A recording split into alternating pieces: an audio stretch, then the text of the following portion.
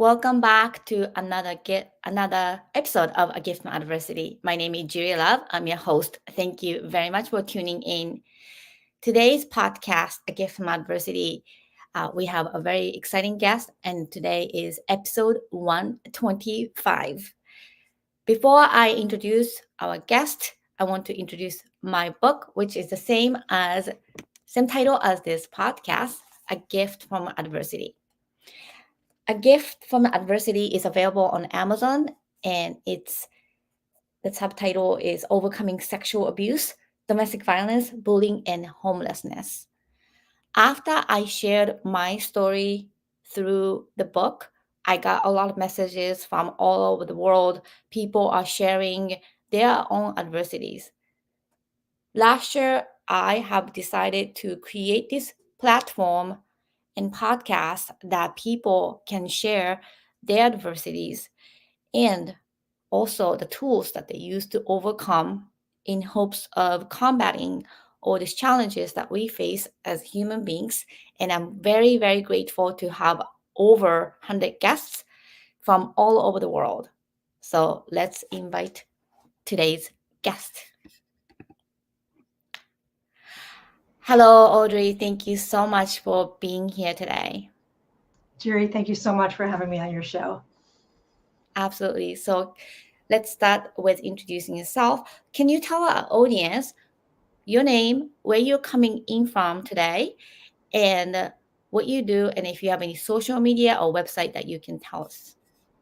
Sure, Juri. I am Audrey Birnbaum. I am a physician, a pediatric gastroenterologist, to be exact. But I recently left the practice of medicine, and I devoted myself to writing a book about my father's life as an escapee from Nazi Germany. Book is called American Wolf, and I have that here. It's American Wolf from Nazi Refugee to American Spy. And that came out in October. I am speaking to you from Westchester, New York. And I have a website, audreybirnbaumauthor.com, and I'm on social media, on Instagram, LinkedIn, and Instagram as Audrey Birnbaum Author. Well, thank you very much. Can you hold the book one more time? So the video. Yes. And then you said this just came out October? Yeah, it came out in late October. How's the book doing? It's going really well. I mean, mostly I enjoy, I wrote it as an homage to my father, and we found his notes about his experiences after he had passed away in 2018. And it gave me just tremendous amount of substrate to be able to write a book. But more than that, I just really wanted to tell his amazing story about his harrowing escape from Nazi Germany in 1941 and a very dangerous immigration to the U.S. But more importantly, just just the transition to life in America, the prejudices he faced, his own adversity that he overcame, and the resilience that he showed in doing so, and ultimately a happy ending, but not without its trauma, which he not intentionally, but inadvertently, he passed down to me and my sister. And we tried very hard not to pass down to our own children, but I'm sure it had its effects as well. Well, thank you so much for talking about the book. Please check out her book.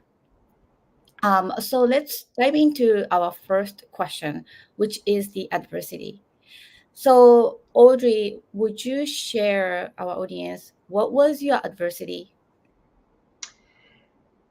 So I think again that my father, being a Holocaust survivor, had faced tremendous losses throughout his childhood, and tremendous fear of losing everything. And that created a certain type of obsessive compulsive disorder where he was trying to hold on to everything. And so he just did not really raise us in a normal fashion would be the best way I could describe that. So some of the things that my sister and I faced were things that were typical of first generation Americans that I think, a lot of immigrants experience, which is feeling, separate from our peers, just doing things that were very un-American, in terms of how we dressed and how we ate. These are very like typical things. They're not, they may be embarrassing, but they're not really so unusual. I think what was unusual is that my father had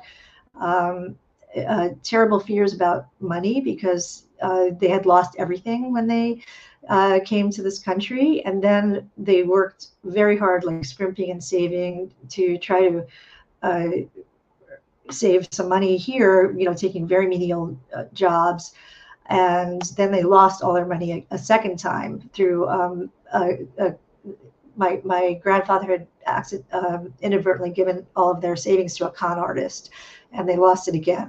So it was bad times, hard times. And so my father, we grew up living like in a state of what we thought was poverty, but which actually wasn't really true. My father was kind of hoarded money we didn't know that we had, and we lived a very austere life where we just didn't have things, but to an extreme sense where a lot of things were controlled, couldn't turn on the lights, measured everything from what we ate to, how much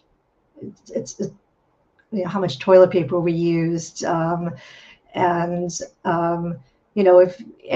things like if we went on a class trip, we didn't have the money for a souvenir, we couldn't wear the things that other kids wore. And I think, maybe had we been really in a dire state of poverty, that might have been understandable. But at some point, we realized that it was just imposed upon us, and it was just felt like deprivation and control. So I think that was probably our adversity. And then in addition to that, I think because my father was so afraid of losing everything that everything felt catastrophic to him. So if something broke, he would go into a state of hysteria that felt very abusive, I guess would be the word, and verbally abusive. He was not physically abusive, but he would rain down terror upon us for every infraction. And so we lived in a certain sense of fear that he could explode at any moment. So that's the kind of general synopsis. Well, thank you so much for sharing this. This is a very rich conversation, and I really can't thank you enough for sharing this. Now, I want to ask you a question. Did your father tell you guys when you were growing up what had happened to him? Yeah, so there are kind of two groups of people who survived the Holocaust: ones who don't talk about it at all, and ones who talk about it a lot. So we were in the latter camp, where my father had regaled us with stories from a very, very young age. My sister and I, always talked about how we watched Holocaust documentaries from when we were very, very young, too young, because he was immersed in it and wanted to relive it over and over. So we saw the emaciated bodies being thrown into the pits. I remember, from when I was 4 or 5 years old, watching, those things long before I could really understand it, but at the same time was, horrified by it, and in some ways traumatized by it.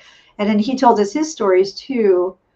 And until at some point we just kind of knew, okay, he escaped. It was late. The war had already started. But again, we didn't really understand the emotional context of it because we were too young. So we just knew these things happened, and they took on this sort of air of importance. Oh, my dad was really important. He was a Holocaust survivor. But we didn't really understand what he had experienced in terms of loss. So we couldn't put it in the context of his behavior. So there was a disconnect between what had created all this anxiety and fear and what he had experienced. So we just thought he was mean. We didn't get it. We just were mad because why is dad so mean? Why is he yelling at my mother all the time? Why is he yelling at us all the time? Why is he going hysterical in the grocery store because they didn't have the sale item that they said they were going to have? Why is he yelling at the grocery clerk? Like, we just didn't really, we couldn't put it together at that young age. We were just embarrassed. We just felt embarrassed and small. So, it didn't really, it took me, into adulthood to forgive him. And it took me until I wrote the book and really read his story of his life to really fully understand him and be sympathetic.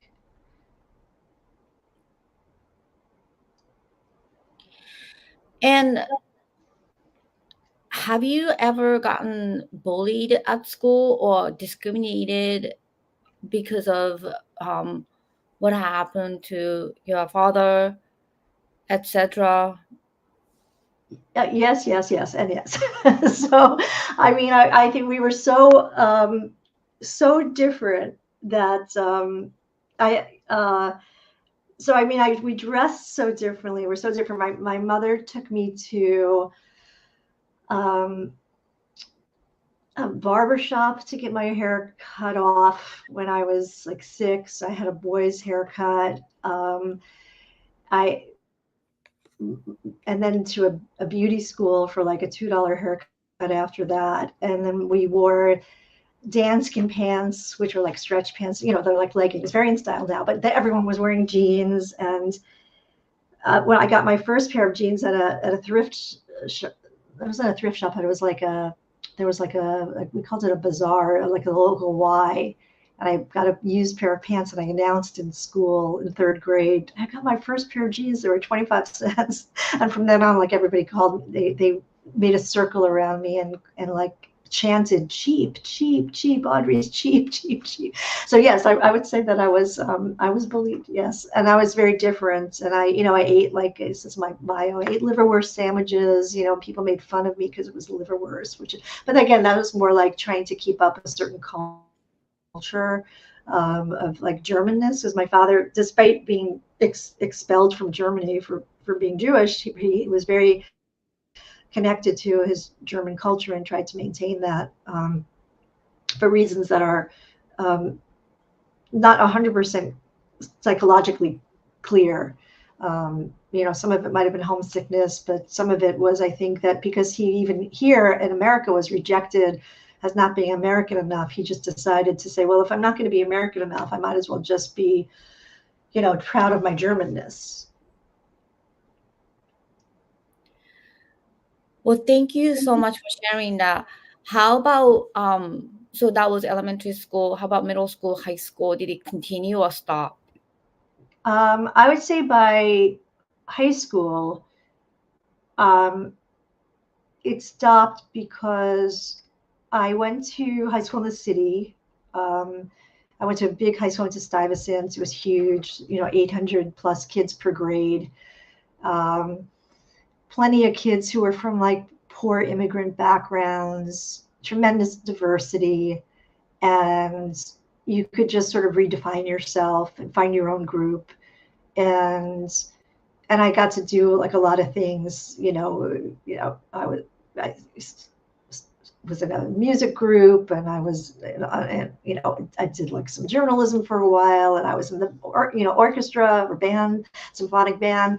And there was just like the kind of experience like a person might get from going away to college, where you get to sort of like redefine yourself and you're outside of your own neighborhood. So I think that it was, and I was commuting, so there was a certain freedom that I experienced. And my sister went to music and art high school in the city. So I think both of us experienced this sort of, a little bit of an environment of acceptance by being outside of, I think had we lived in a suburban neighborhood, I think it probably would not been good, too uniform and enclosed.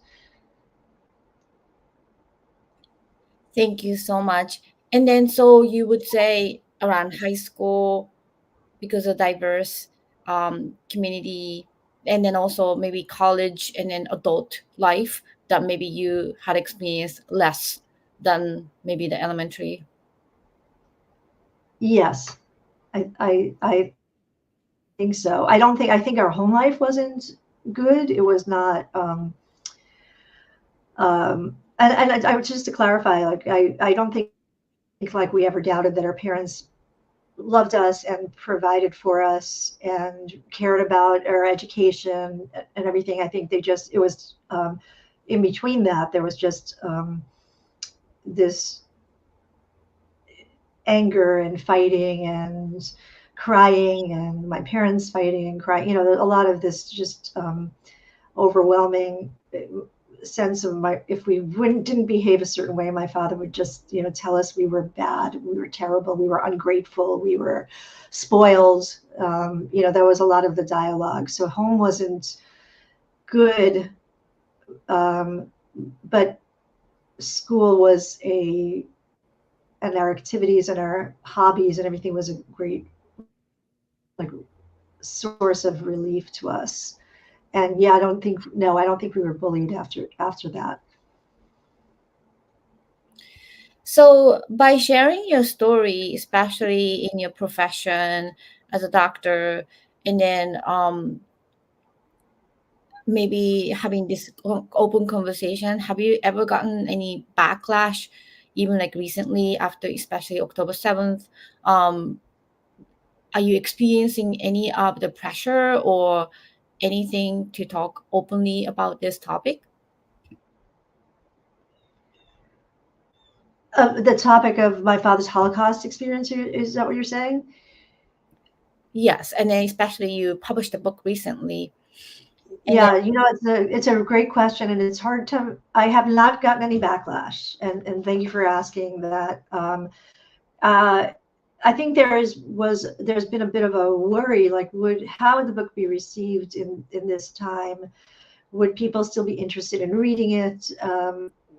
You know, and my feeling is my sense is that people are still interested. The people who want to read it still want to read it, and maybe there's people out there who don't, because they have their own prejudices, and maybe those people would never want to read it anyhow. So I feel like there's still tremendous interest, and I would say that from my standpoint, when could there be a better time to remember the plight of Jews, the constant plight of Jewish people being expelled from wherever they are and needing a safe haven. That has people have to be reminded of that, because when I first wrote the book, I was the constant thing that Jewish people say is never forget. And it's too easy. I think even my own children felt like distant from my father's story.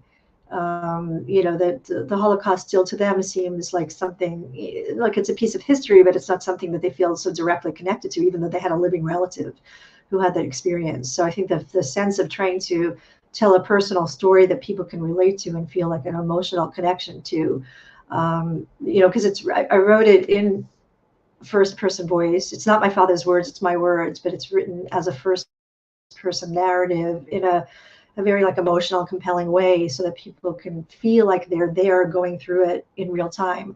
And that makes people, you have to feel something. You can't just tell the history, um, because then it's like reading about a war somewhere.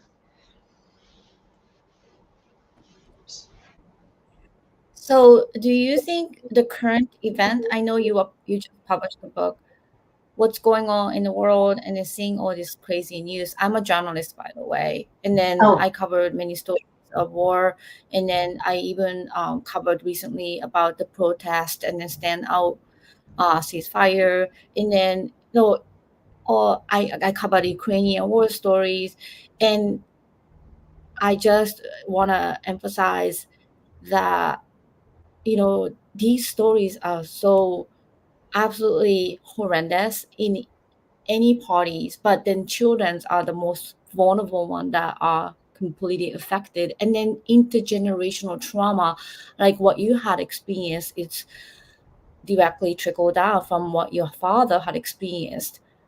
So it would be so hard to even like see the news. If I was you, I really try to be as emotionless as possible, unbiased as possible when I write a story as a journalist, because it's my job to tell the story.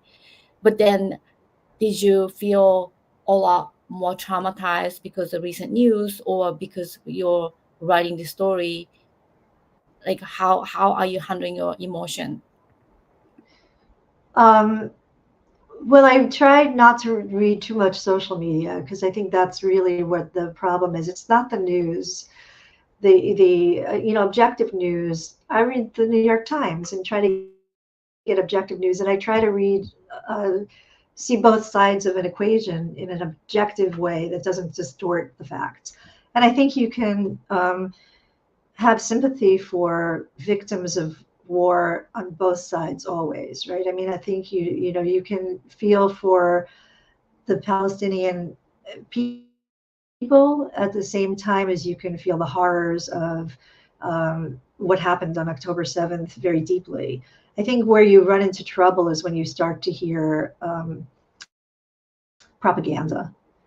And you hear that most when you start to listen to social media. And I think that's like, when you start to scroll through Instagram or something, I think that's where it starts to get really dangerous on any side that you're on. So I feel like that's really the problem, is that people are being propagandized, and with narratives, and it's even happening, it's happening at a school level. And that's what concerns me the most is that people are not being driven by facts or history, but by narratives.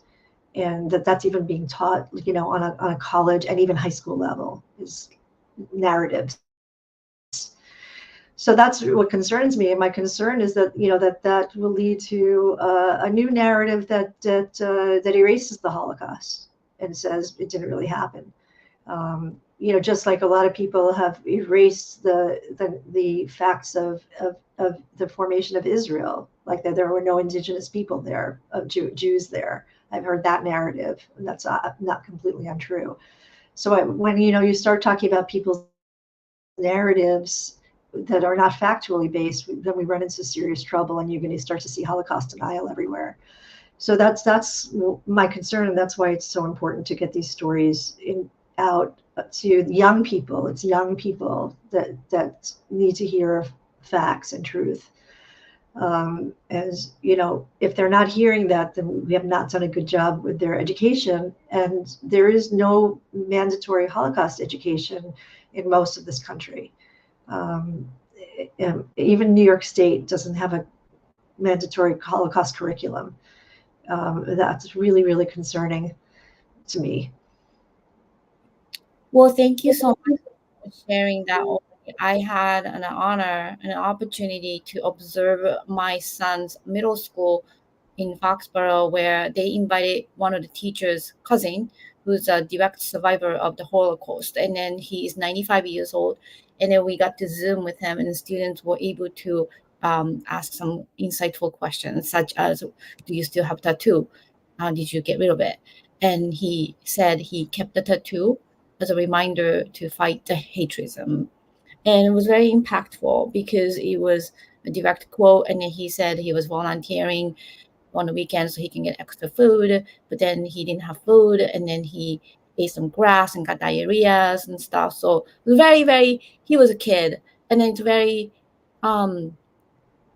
in a way that the kid was talking. He's 95 years old man, but it was very interesting to hear how his perspective was formed during the Holocaust when he had survived.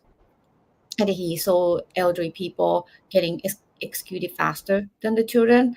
And then it was very thoughtful for the seventh grader to empathize and then try to understand what had happened to him. And it's so appreciative that you wrote this book about your dad, and then an experience that you shared here today, because I believe that conversations such as this is so exclusive, so important, extremely important. I I was told my grandmother during World War II how she was orphan, how she raised her children, no, kids around her are all orphans, and then how she was a little bit older, but she had to raise kids around her who didn't have any parents. And then when she got cancer in her 70s or so, she told me I flew back to Japan to see her, and she said, "Why are you even here? Cancer is nothing compared to World War II." And it's like sense of this resilience, and then crazy thing that happened to her childhood that kind of trickled down to me as somebody who is resilient because I've seen my grandma's resilience. So, it's very interesting to hear this multi-generational trauma and then what you had experienced that you had no idea why he was behaving like that. But now you're an adult and doctor, pediatric doctor, that you understand the psychological effect that trauma causes. Absolutely. And I think, as you were saying, like the childhood experience of is what the kids can also relate to. When you were talking about the survivor who spoke to your son in middle school, I think my father's story, the fact that he experienced all of this like wartime loss in from childhood through his early adult years makes the story like really compelling to children. I would love to see young people like read this book. It's definitely written on a level that they could understand and relate to. So it's like it could be a YA book. I didn't market it as that, but it definitely could be. And I think having them hear the story in school would be terrific because it's very, very relatable. But yeah, I lost the train after that. I don't know what else I was going to say, but yes, agreed, yes, So and yes, resilience, yes. yeah, and the point is to not erase the history, the propaganda or media. We should always respect the factuals. And then you mentioned that Holocaust didn't happen. Like people try to hash, and then that kind of things.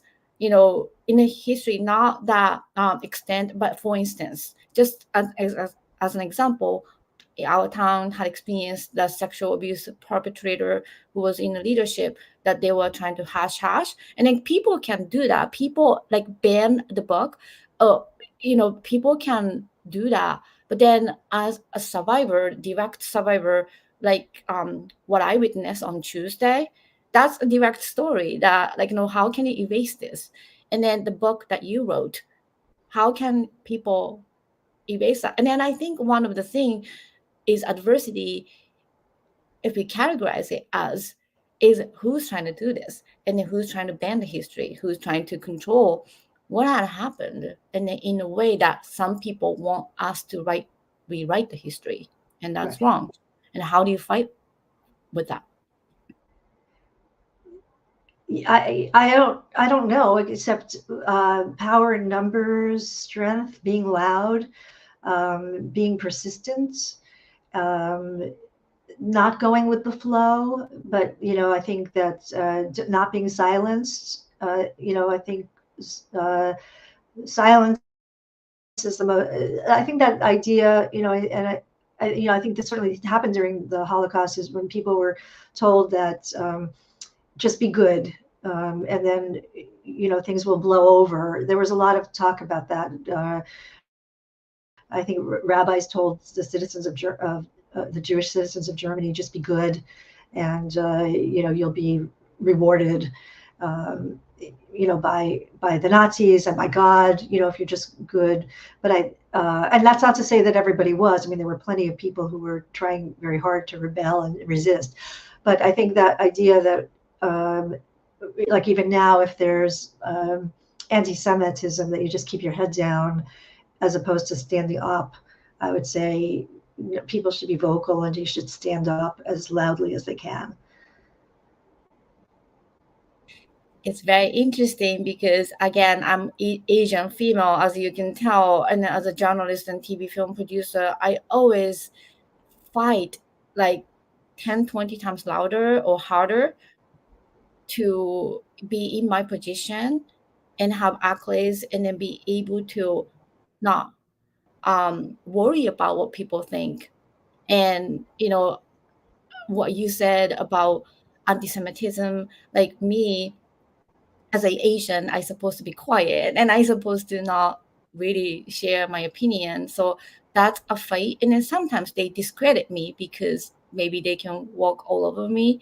But then how do you overcome that? How do you feel your power and then telling your father's story and your story as well, that you should not be afraid? And obviously you published a book about your father, you should not be afraid, and then you felt the worth of it and you felt the fight was worth of it. And then that's a big steps that we as collaborative, that to exercise our First Amendment, freedom of speech, but it always should be protected, but sometimes it's hard. Yeah, sometimes, and also like, to be, the truth is I'm not really a fighter, and a lot of that has to do with my upbringing. I was silenced a lot. So it's not easy for me to, if somebody says, shut up, I'm a good girl and I shut up. That's how I was raised, to be good. So it's not so easy for me to speak out once somebody, tells me like what you said was not okay. I'm like, okay. I mean, I can be very, dramatic in other ways, but I'm not, I'm not necessarily good at going against the grain. That's not necessarily what my instincts are. So I have to work against myself to push, um, to be heard. It's not my nature. So, but I'm Well, trying. thank you.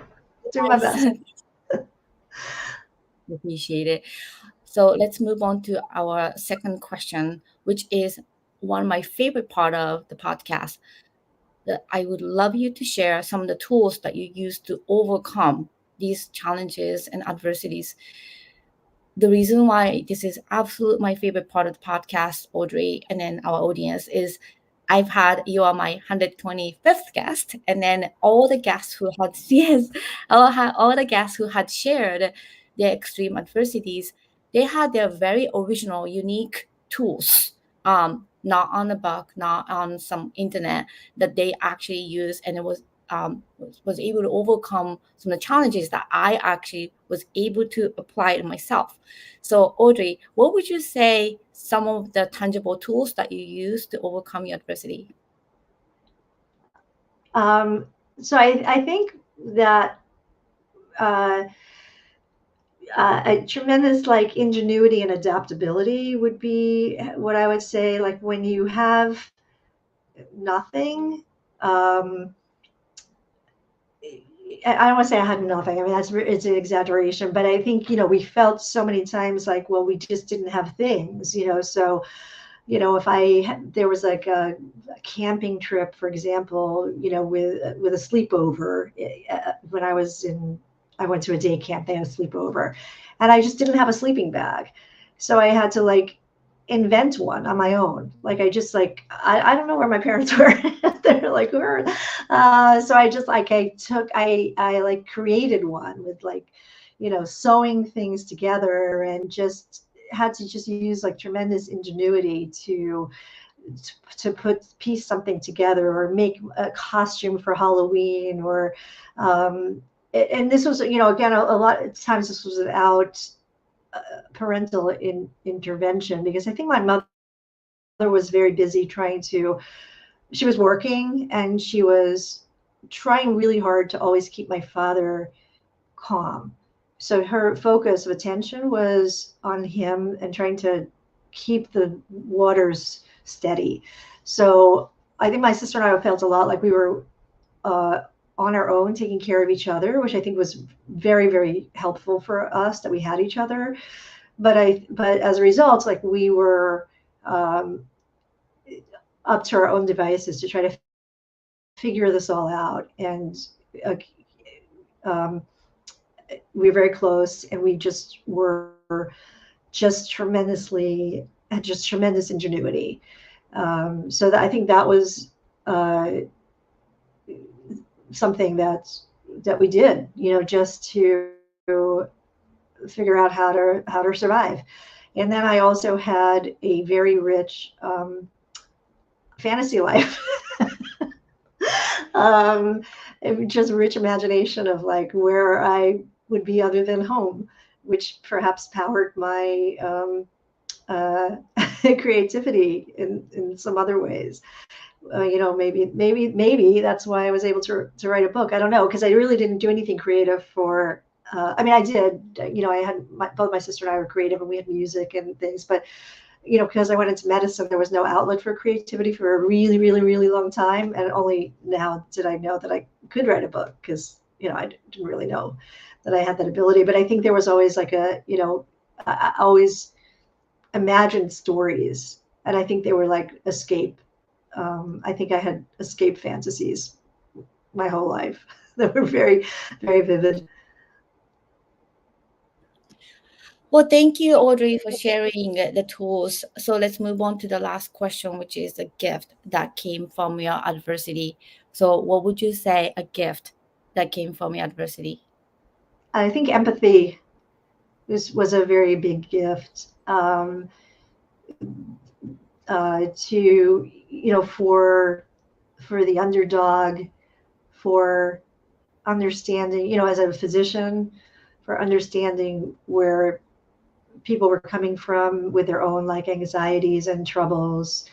I used to, sometimes people would come into the office and they'd be screaming, at the front desk person, why is so late, and I've been waiting for so long, and then people would say, oh my God, she's such a bitch, and I would be like, no, that's anxiety, and that's difficulty handling stress, and not, I saw that at home, and I understood. By then, of course, I was full-fledged adult, had been in practice for a while, and I understood where that was coming from. That's not being mean. That's not knowing what to do with, not knowing how to manage anxiety.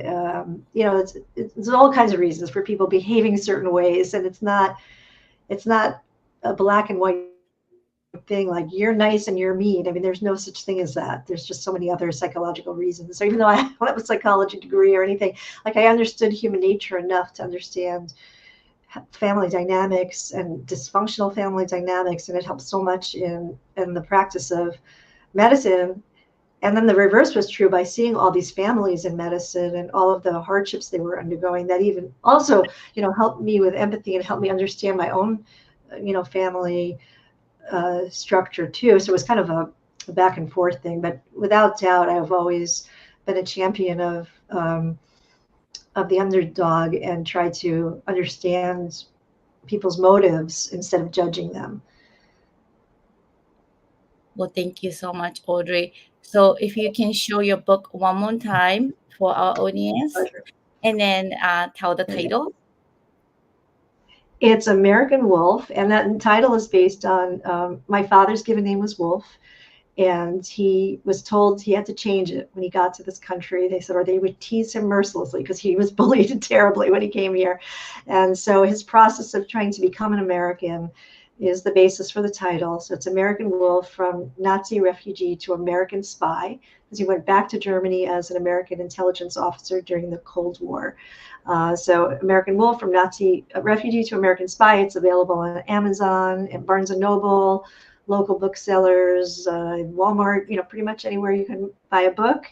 And people seem to be loving it. They keep saying it's a page turner and it should be turned into a movie, which is the best compliment I could possibly get. Wonderful. Well, thank you very much.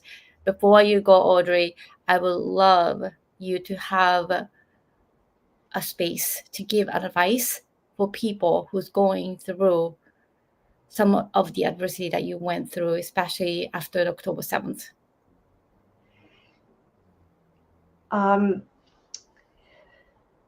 Well, I would say, first of all, I do think that talking is good. Talk to people, talk to other people, be kind to yourself.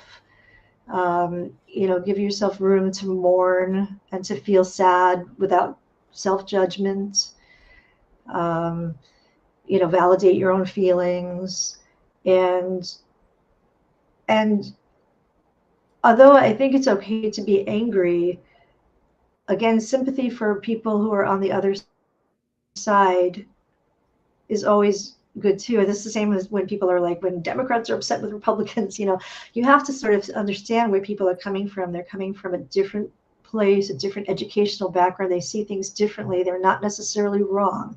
They just have a different perspective. If we could talk to each other and understand each other and educate, as opposed to just yelling at each other, it would serve a lot of good. Absolutely. Well, thank you very much for being here today and sharing your story and your father's story. I can't thank you enough for your time. Thank you so much for having me, Juri. I really appreciate it. Absolutely. Well, thank you to our audience for tuning into another episode of A Gift from Adversity. We'll see you next time.